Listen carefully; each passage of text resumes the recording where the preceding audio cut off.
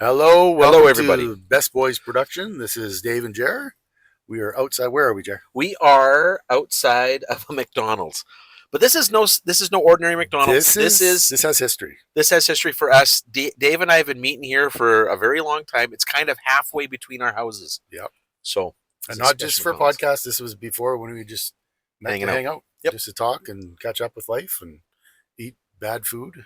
Oh, but so good. So good tasting bad food. Yeah. Okay. But don't you find that you take your first bite of the it's so good. burger is so good, and then the next 4 or 5 are like, ugh. Well, and I don't feel great later. Exactly. I don't. But I love McDonald's fries. I'm just going to admit it. They're so good. We're not going to get any sponsorship if I keep bashing them. No, and not only that, but like the pickles. I know it's not everybody's thing, but oh my gosh, I love pickles. Not my thing. Burgers. Oh, so good. But you know what? I did grow up at McDonald's. I had in high school, I'd have a double spare for grade 11 and 12, and there was a McDonald's down the road from us. I'm telling you, we spent every second of that time at McDonald's. Me and my boys. Okay, before we go on, trivia question. Oh, right. So our last episode, we were talking about breaking bones. That's right. And this might not come as any surprise to anybody, but I have never broken a bone. And I've broken lots, being Mr. Rambunctious athlete. And being Mr. Bookworm.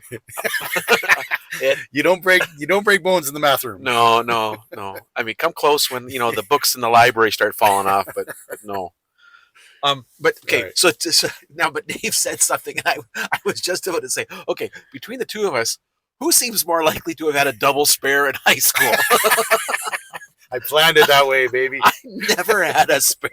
You never had a spare? I thought they were required. No, I had my classes loaded. Electives or like you must have had.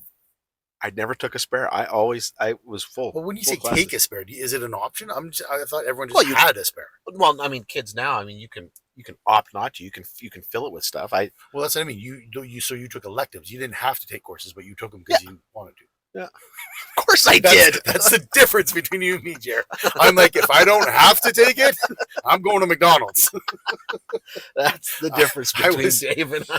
And the crazy thing, I had a paper route from grade 8 to grade 12. And by grade 12, he means third year university. Yeah, exactly. I don't remember seeing a penny of that because I think I spent every penny that I made there at McDonald's. Okay. So I've supported this company. Okay. That's interesting because my oldest son, I mean, he works at McDonald's. Okay. He's been working there for a while here. But the funny thing is, like for the first little bit of his job, he also ate all of his money. Oh, yeah. Not necessarily McDonald's. They don't get free food? No, he gets discounts. He gets pretty hefty discounts, but he doesn't get free food. Mickey D's. But I know, but he doesn't matter. He would eat his food, whether it was Subway, it was pizza. Yeah. That's what he did with his money. Yeah, my son too. Are your kids into Cologne? No, I kind of wish more of them were. My son is grade 11. Him and all his friends, that's all they spend their money on is food and cologne. You were saying that. I remember you saying that. Yeah. Actually, you don't need more than one cologne. Okay. I had a friend when I was in high school. I had a friend who was like that, and my cousin was like that. All sorts of cologne. I don't get it. He goes like, well, these are my fall colognes, and these are my summer ones. I'm like, what are you talking about? He goes, well, I can't wear that in the winter. I'm like, why not? That's a thing? It's just unbelievable to me that kids are doing this. Okay. Okay, you want to hear something stupid related to that? Sure. Okay. We could have made this one of our little trivia things. Like, between the two of us, which of us do you think wears a cologne that's called pie? And that's fantastic. The only reason I have it is because it's pie. You don't even care what it smells like. So my dad, it smells like apple pie. That's fine. That's good. I like it. It makes me hungry. So we went to the discount cologne store. My daughter and I went to the discount cologne store because I was running out, so I had to get something new. And we were like smelling stuff, and then the woman behind the till, she brought up the pie stuff, and my daughter smelled it and goes, "Oh, this smells like you." Okay, I'm just gonna get that again because I'm not. So like I'm not getting multiple different versions of cologne. This is Like one. this is the one I smell like apparently. There's a guy that I won't say his name because he's actually kind of famous. I'll tell you after. Okay. But he's his son and my son used to play soccer together. They don't anymore, but they used to play on the same team. And he's a total multimedia guy or social media guy, and he's always showing me videos on his phone and stuff. And he always gets close to show me them. And dude, he smells so good. And I'm like, every time I'm like, oh, show me a video, show me a video. So I'm not, this is not a gay thing or anything, but man, did that guy smell good. I don't know what he was wearing, but Dave, but it doesn't help when you close your eyes and take deep breaths. And there were a few times I was leaning on his shoulder with my head, but I told his wife that, and she laughed her head off. I'm like, I love it when your husband shows me videos because then I can get close to him. He smells so good. She thought that was pretty funny. Yeah, but now they don't stand near you anymore, do Yeah, they? now they're like, yeah, let's stay away from that guy. It's good. I don't wear cologne. I never have. Do you wear it every day? I wear it every day. Well, because I'm interacting with kids, and I have a lot of times. Okay, but I would think that would go negatively because they're all don't wear like perfumes. There is a little bit of that at our school, but we had one instructor that it really did affect him quite a bit. But then he retired, and no, it's you guys pushed him out, didn't you? All you cologne wearers got together and said, wore a mask, and he was get rid of Larry.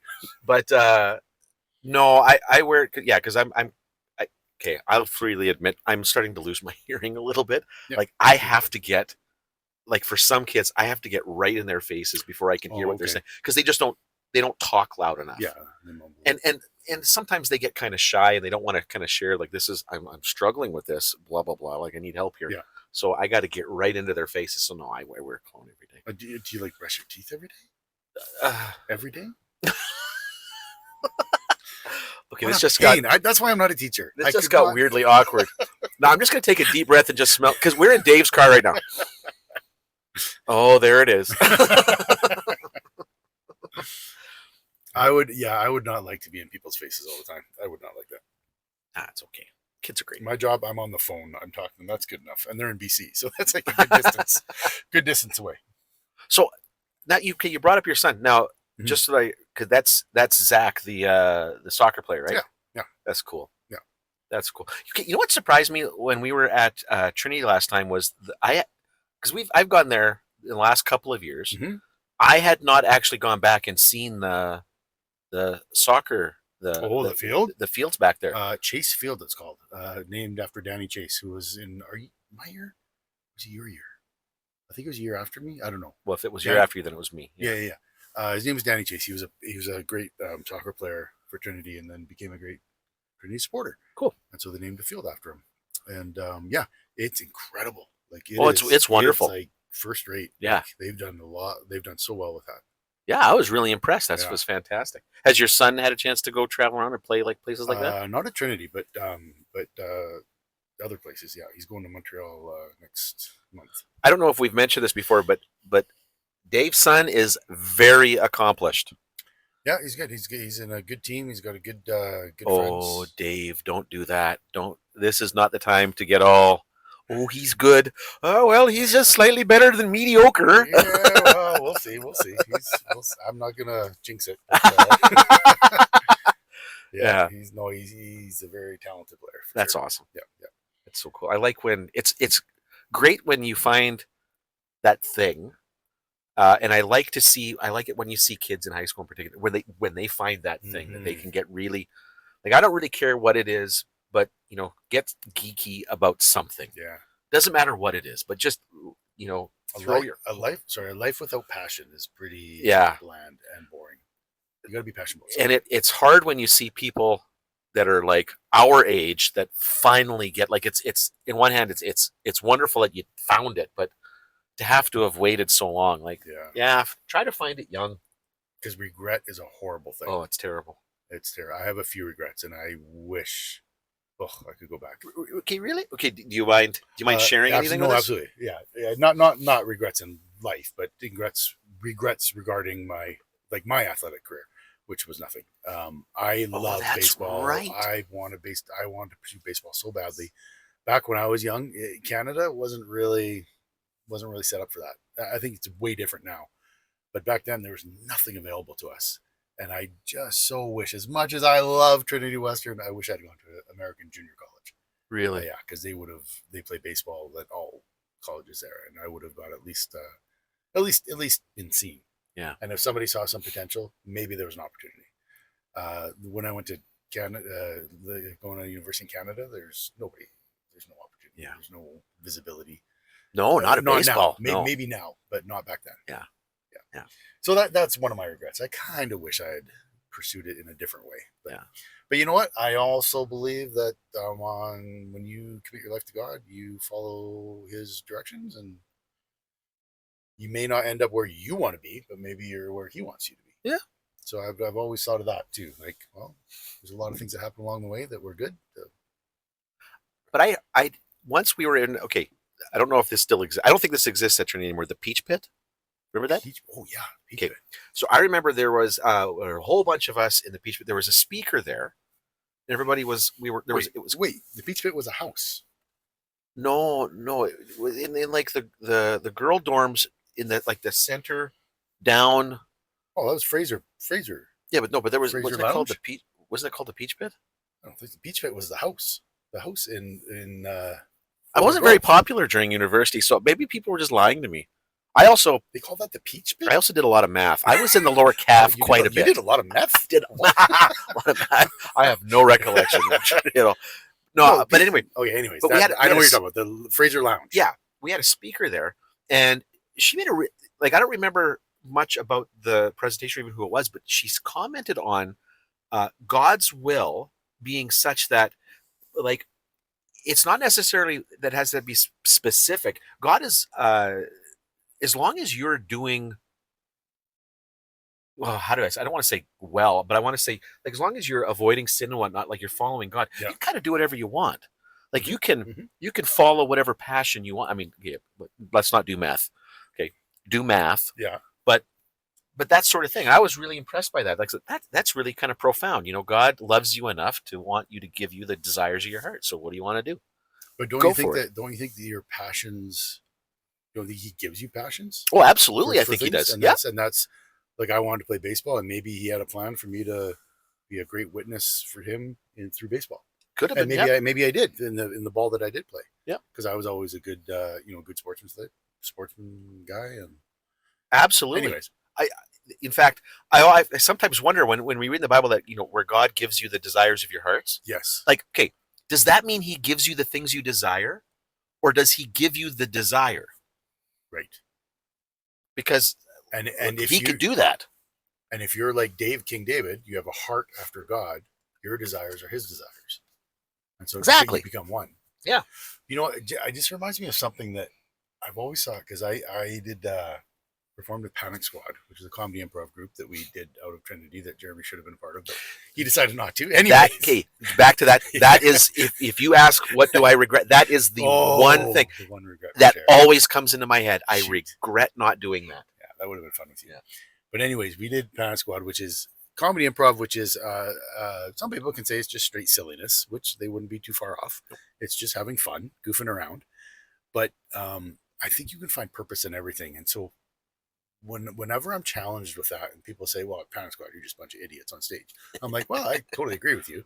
But there was this one show we did in Abbotsford, and we did this game called World's Worst, which is where you ask the audience for occupation, doctor, lawyer, cowboy, whatever, astronaut. And then you just act out a few quick scenes, really quick, about the world's worst version of that occupation, get a few laughs, move on. And then you ask for, okay, what's another occupation? And then you do a few things on that. And so we were doing that game, and I was up and I did a little joke, whatever, about that. And then I was ready for another occupation. So I said, okay, what's another occupation? And somebody yelled out single mom. And I immediately, without even missing a beat, I'm like, no, we're not doing that. I respect them way too much. What's another occupation? Right. And it was just a fleeting, passing moment. Didn't think anything of it. So after the show, we're hanging out with the crowd, and like people are coming up, and some asking for autographs, like little things like that. And this one lady comes up to me and she says, I just want to tell you that when you said that thing about single moms, that really spoke to me. I am a single mom. I'm like, oh, you're amazing. And then she started kind of getting choked up. She goes, I have hated men for 10 years. And then when you said that, I realized that not all men are pigs. And I was just like, oh, like I was tearing up. Like it was a moving moment. And so that's the kind of thing where, yes, you do Panic Squad, you're just goofing around, being silly. Man, God can move. Yeah. You can do things through that. And that lady, her life was changed that night. Yeah. And not because I'm special or important. Like God just, I believe God gave me those words to just pop them up. Boom. Yeah. Because she needed it. Yeah, she needed it. Didn't mean anything to me, really. It was just a offhanded comment. Now, just to be clear, Dave is inferring from that she doesn't think he's a pig, but we weren't quite clear if that was what she said. she was making pig noises. Could have been Andrew she was referring to. She kept going like this with her head, like that guy right there. Is he single? Okay, let me ask you a question. Do you think that God prevented you from doing Panic Squad because he had a different plan for you? Or do you think that if you had chosen Panic Squad, God would have still activated a plan through you? That is such an interesting question. Because my default setting is to give God the credit for kind of everything. If I was to fall into one of the camps, I would kind of fall into a Calvinist. Oh, there goes my phone. Would fall into a Calvinist sort of a camp. Okay. And I believe strongly in the sovereignty of God. Yeah. But that's an interest. So I have to. I would by default have to say that, okay, yes, I think that God directed that, but I don't know. Like, I don't know. That's just kind of where I would stand if I was pushed to make a choice, because I really do believe in the omnipotence and the omniscience of God, and so there's a couple things I have a hard time rectifying beyond that. But yeah, it's kind of a lifelong question. Like, we're always questioning, am I doing the right thing? I throughout my whole life, I'm like, is this the right thing, God? Do I do this or do I do that? Do I take this job or that job? Like, where do you want me? Right. But you don't know, like maybe because you guys were really successful, like as Panic Squad, maybe my presence wouldn't have. Oh, that's true. Like, because it would have been different for sure. Yeah, because the dynamics would have been different. Exactly. Yeah. So I don't know. Maybe that wasn't. It was a protection for somebody, for you guys or something like that. I don't know. Or maybe God had a plan for Cliff, who was the guy that came in. Well, yeah, exactly. Cliff was supposed to be there, and that's the only way to do it, is to get rid of Jeremy, kind of, to prevent Jeremy from. Who knows? I mean, God's plans are. God's the ultimate architect. He's got everything under control. What's the other thing I was going to say? Well, yeah, there's a saying, a quote by, I think it's A.W. Tozer. I think it's him, or it's Oswald Chambers. I can't remember which one.